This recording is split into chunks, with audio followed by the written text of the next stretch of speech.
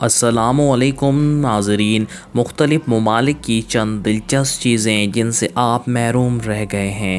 اکثر ایسا ہوتا ہے کہ کسی نئے ملک کا دورہ کرتے وقت لوگ مقامی رسم و رواج اور طرز زندگی کے بارے میں جاننے کی کوشش نہیں کرتے، تاہم یہ ایک غلطی ہو سکتی ہے کیونکہ ہماری اپنی ثقافت میں عام سمجھی جانے والی چیزیں دوسرے ممالک میں غیر معمولی یا یہاں تک کہ ناگوار سمجھا جا سکتا ہے۔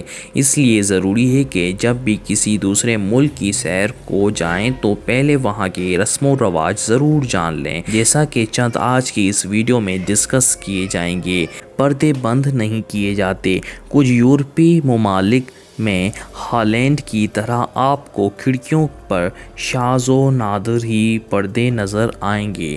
وہاں کھڑکیوں پر پردے لگانا عام نہیں ہے، یہاں تک جو لوگ گھر کے باہر سے گزر رہے ہیں وہ چاہے تو آپ کے گھر میں موجود ہر چیز بآسانی دیکھ سکتے ہیں، لیکن آپ یہ جان کر حیران ہوں گے کہ مقامی افراد آخر پرائیویسی کا خیال کیوں نہیں رکھتے۔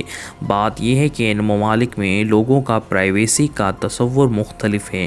مقامی لوگ ایک دوسرے کی ذاتی جگہ کا احترام کرتے ہیں اور کوئی بھی کسی اجنبی کی کھڑکی میں جھانکنے کا سوچ ہی نہیں سکتا۔ کئی سڑکوں کے نام نہیں ہیں۔ سڑکوں کے نام استعمال کرنے کے بجائے جاپان میں عام طور پر بلاک اور سیکشن نمبر استعمال کیے جاتے ہیں۔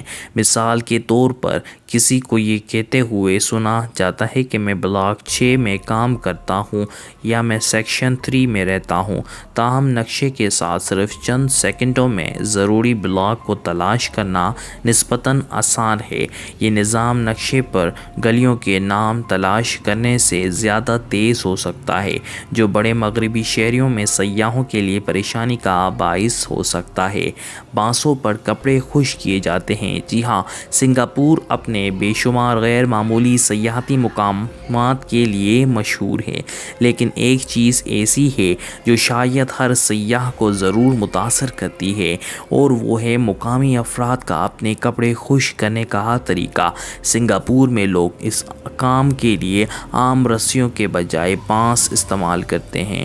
اگرچہ آج بانس کے کھمبوں کو اکثر پلاسٹک کے پائپوں سے بدل دیا جاتا ہے، لیکن ابتدا میں دھلے ہوئے کپڑوں کو خشک کرنے کے لیے لکڑی کے بانس ہی استعمال کیے جاتے تھے۔ اٹلی کے خاص ٹوائلٹ۔ جب بات معمر اور معذور افراد کے لیے بیت الخلاء کی آتی ہے تو اٹلی کا اپنا ایک معیار ہے۔ بزرگ اور معذور افراد کے لیے بیت الخلاء کا مقصد بیت الخلاء کے استعمال کے دوران انہیں زیادہ سے زیادہ آرام فراہم کرنا ہے، لہٰذا مددگار باتھ روم کے لیے ڈیزائن میں کچھ اہم پہلو ہیں۔ اطالوی قوانین کے مطابق ایک معذور کے لیے ٹوائلٹ کو مخصوص ہدایات پر عمل کرتے ہوئے تعمیر کرنا چاہیے۔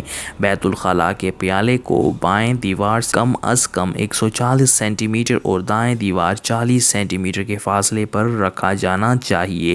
مزید برآں اس کی نشت کی اونچائی فرش سے 45 اور 50 سینٹی میٹر کے درمیان ہونی چاہیے۔ قدیم باتھ ٹب۔ جاپان کا ایک اور عجوبہ آفوارہ حمام ہے جو روایتی طور پر لکڑی سے بنا ہے، تاہم آج کل آپ کو پلاسٹک اور اسٹین لیس اسٹیل سے بنے باتھ ٹب دکھائی دیتے ہیں، لیکن ہر جاپانی اپارٹمنٹ میں آفورو حمام مل سکتے ہیں اور وہاں نہانے ایک مکمل رسم ہے۔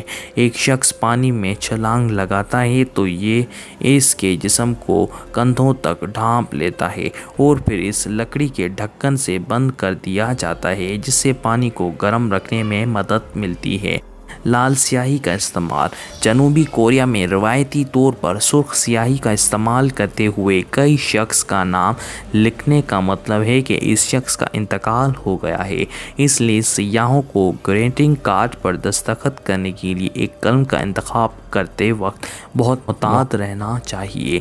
آپ کو یہ حقائق کیسے لگے کامنٹس میں ہمیں لازمی بتائیں۔ ویڈیو پسند آئی ہو تو ویڈیو کو لائک کریں، چینل کو سبسکرائب کریں۔ ملتے ہیں نیکسٹ ویڈیو میں۔ اللہ حافظ۔